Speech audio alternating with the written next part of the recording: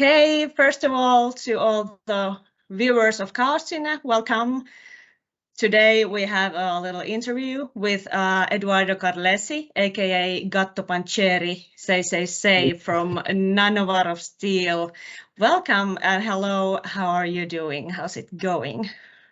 Hello, it's going regular. It's going extremely normal. So thanks a lot for asking me because I'm so happy and proud to be normal.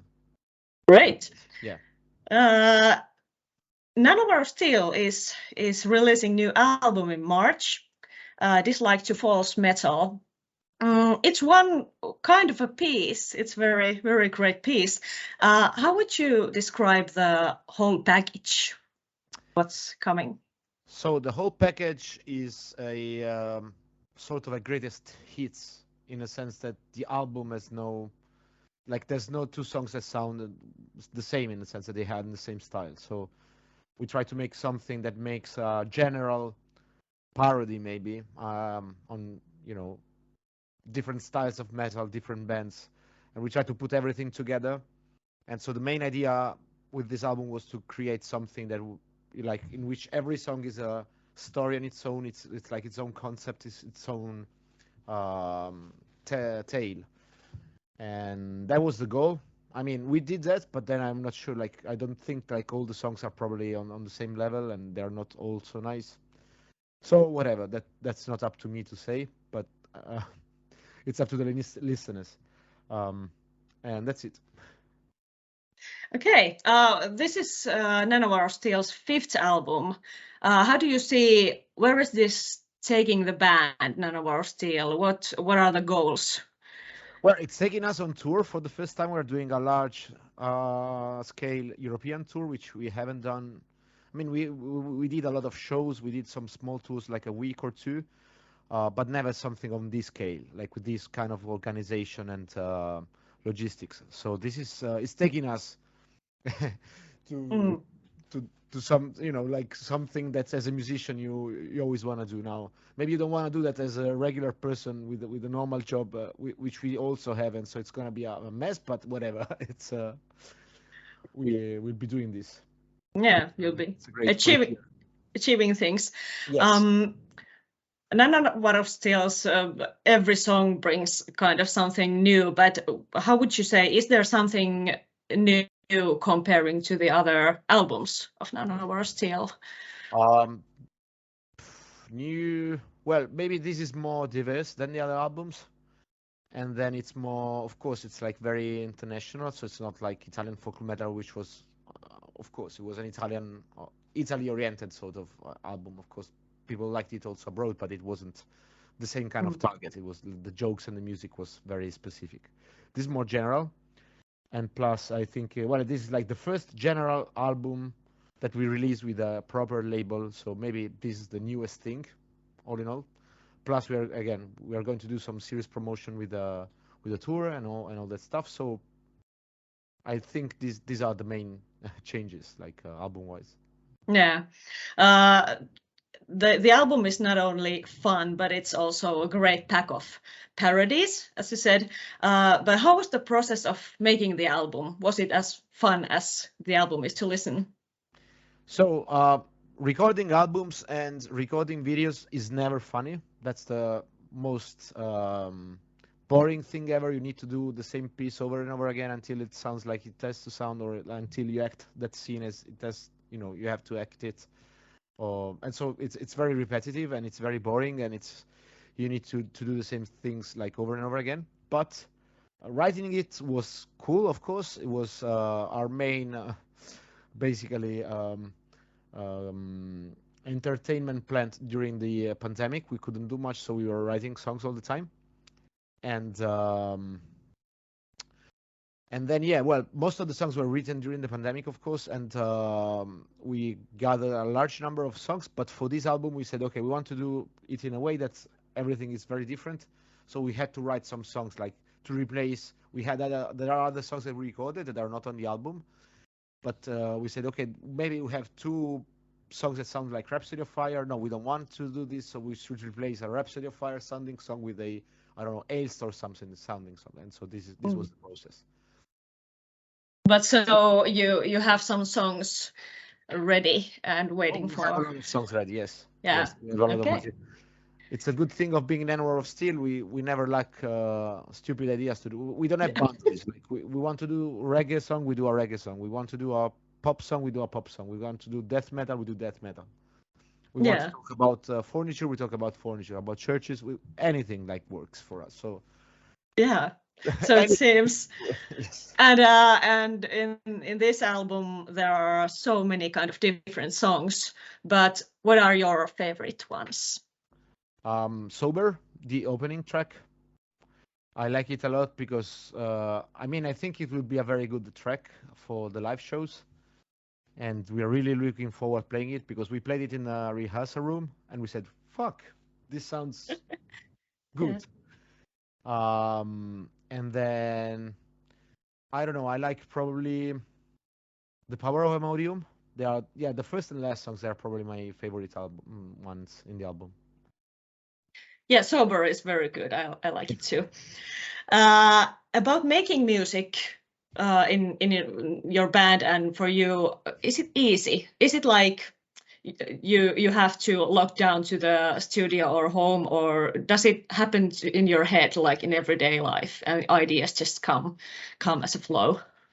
So usually it's like random ideas. We all the five of us we work together whenever someone like brings an idea. Usually it's the guitar player. Maybe has some melody, some music idea like more defined. He makes some like kind of pre-recording. Then we start working all together on the lyric theme, or it's the other way around. Like let's say, oh, we should do a song that talks about football, and we should have Sabaton singing it. Okay, let's think about the song then, and then the melody came after. So it's random. Like the thing is that the five of us we always contribute to the writing process, and so anyone has his own like genres that he listens to or bands that he listens to, like even kind of comedy that might inspire us, and so it's a mix. It's always like a very undefined. Yeah, and it's process, yes. yeah, obviously a strength for you that you can make songs about anything Yes. ever. Yeah, there's so many genres on the album, from like pirate metal parody to symphonic metal anthem about dandruff, and Demo Boogie which is totally surprising, as in a metal album. Can you tell something about these genres? How were they chosen? Was it as random as your working is? So it was like mostly it's either for the like for example with Sober we started with the idea that we should do some kind of parody of pirate metal, and then the music came after.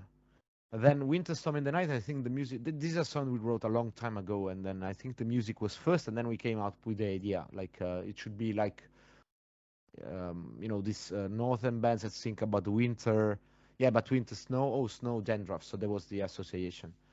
Demo Boogie, like we came first with the music, like the idea was to make some swing metal, maybe boogie metal piece.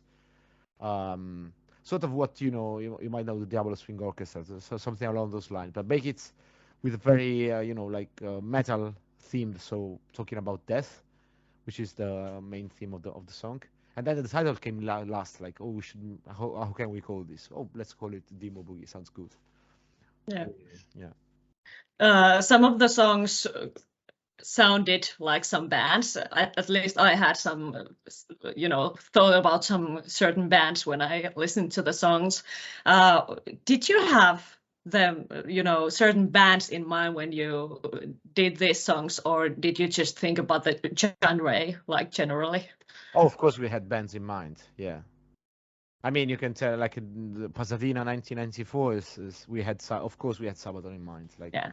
and the cool thing is that Joachim joined, and it was very. I mean, we did a great job on the song. We are so happy he could sing for us in that one. But that was, for example, like we thought, okay, Sabaton. Of course, we like Sabaton, like, and it's one of the greatest bands at the moment. But so that's why we said, okay, we should do some parody of Sabaton, and so we should take some, they always talk about battles and history, and then we said, okay, let's take the greatest defeat in Italian military history, which is this football game, basically. And so let's have Sabaton singing about a football game.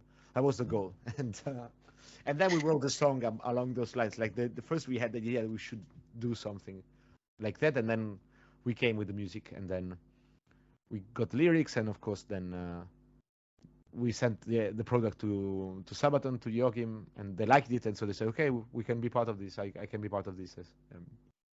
Yeah, I was going to ask about these guests, like how did you come up with the idea? But that's basically how it obviously happened in Pasadena 1994 song.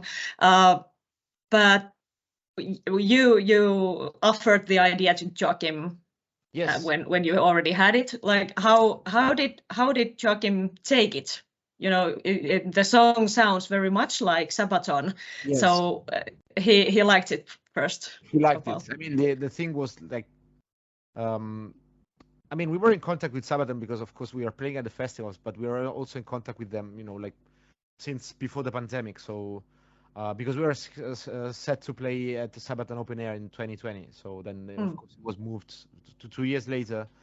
And so we knew, I mean, we had a chance to talk to Per, and I think also Joachim met with our guitar player once in Italy. So they always told us they liked the music and the concept of the band. And so, of course, when we had the song, we wrote to them, and they said, okay, just send us a song. If we like it, we do it. If we don't, it's all, it's just if they like the song. And so they did like the song. It was great. And at first, I mean, we had Joachim recording the whole song. So there's a version of the song that is sung only by Joachim. But that if you listen to that song, it's basically you're listening to Sabaton. If someone told you that this is a new Sabaton song, you wouldn't doubt. And so we had to replace some parts with our singers, unfortunately. But the song would have been so nice. Like he sang it so well. It's just incredible. It's like an incredible thing. Yeah. How you think about taking this song to a live version? Are you going to do it? And maybe Joachim as a backtrack or something? No, we'll just have one. We have two singers. So one of the two singers will play spot, like what we do in Hallelujah and Uranus, and the other songs where we had guests. Like usually, our songs are made so that so when we have guests, there's one of the two singers that's doing the main lead vocals. The other's not singing. Like in Pasadena, for example, or like in Winterstorm, in the night is only Mr. Buff is singing plus the guest, and in Pasadena is only Poto Voto Minimac plus the guest. And so the other singer that is not singing that part will basically replace the guest. So we always do it like this. It's fine. It's better to we don't like. I mean, we have some tracks, of course, like every band, basically, but the singing must be done live. So we need to have proper singers doing that. So yeah, so it's convenient, and it's bad. It's better. There's having like, but yeah. Okay, yeah. And one of your songs in the album is very long. Chupacabra Cadabra. It's almost 10 minutes. Yes. How about this song? Are you going to take it live? And was there a certain idea behind the taking this song so long? Okay. So the taking live, I don't know, maybe not now, maybe if we see that people like it, if we get some positive feedback, or if we make some like special show or whatever, that's something we wouldn't put on a regular set list, most likely. The idea of the songs, I don't know if you noticed, but it's a song about COVID. This is there are two layers. You can read the lyrics and like it's just the story of this monster that came from nowhere, and then it starts things and blah blah blah. And the other hand, there's lots of references to COVID, and so you can see as the fight between COVID, which is the Chupacabra Cadabra, and the hero. And there's still these two layers, of course. That's why, I mean, it's long because we had in mind we wanted to write a story that worked on these two levels, and so there had to be like the full development on the story, and so there had to be like the starting moment, then of course there's a sad moment, and then there's like the revenge. There's the fight between the hero and the monster, and then eventually everything goes fine, and so there's a happy ending. So these things, I mean, this is why the song is so long, because we wanted to make it like a short concept, so to say. We had ideas to split it like in two, or make like Chupacabra Part 1, Part 2, and Part 3. But we said, okay, fuck it, let's just make this long. Which I understand for many people, maybe if you should really, it's more about the lyrics, and I think also the music is nice for this one, but it's more about the whole concept is about the lyrics. So it might be too long for some to pay attention to. Yeah, but it's a great song anyway. About live music in general, have you planned on these new songs setups on stage? I've seen you, and I know that you have all kinds of costumes and stuff on stage. So is there any plans on what are you doing with the new songs on stage? Yes, of course, we have plans for these new songs. Not so much. We are planning more on the stage in general. So there's a few things we are planning, but I mean, it's more of a general concept, so to say. There would be like a general concept of the album, not something really specific for these new songs. There will be a couple of elements, but we're still thinking about that. Maybe some cockroaches. Maybe not, because that would be nice to do, but it would take a long time, like to change the costume and everything. It's a mess. True. Yeah. You pay someone to be a cockroach on stage with us, but let's see. Yeah. There's so many good topics to pick. So can't wait to see that. How about live music? Like, how do you feel about it as part of being an artist? Comparing to making music and performing it. So I think in general, the best thing for us is when we do something stupid and we see that people react nice, like they go along with it. Like, for example, when we play live and we do this stupid dance, the armpit dance, or we do this IKEA table and they take the table and they start throwing it around and these kind of things. It's very good when, like, for the live part, when you manage to get people into the mood, like, of doing just stupid stuff and enjoying yourself, like just laughing for nonsense stuff that we do. That's the greatest part for me, and that works also like in the videos, of course, like offline online. Sorry, when you publish stuff and then you see there's reactions of people, that people look at your work and they sort of understand what you wanted to do. I mean, there's nothing they just have fun, right? So yeah, are having fun with that. So it's both things, but I guess, like, for us, it's the best moments are, of course, when you all play live and you see so many people following along all these stupid things that we do on stage. That's, for me, it's the best. Yeah, I can imagine. Finally, about the upcoming shows, you're going to have quite a long tour, but I didn't manage to see any shows in Finland soon to be. So is there any chance we might see you in Finland anytime soon? I mean, we came once, we might come twice, but or even more than that. I don't know. It's we are not discussing that at the moment with the agent. We are talking. I mean, we are focusing on this tour, right? So this tour had to be is done the way it's done, and it's gonna be like that. And for the next steps, I think we have to wait mostly for the album and the tour and see what happens, and then if we get the invitations to go maybe to a festival or to do some shows in Finland, that would be amazing. We'd be really looking forward to that. But this doesn't depend on us. It's up to the local promoters and the organizers. They need to feel the need for Nanowar of Steel. Yeah, we're gonna have to make the need in here. Yes. In Finland. Yeah. Thank you very much. I really wish you a great new album publishing and a great tour, and hope to see you in Finland. Yes, hopefully. Yes. Bye. Thank you. Bye. Good night. Bye.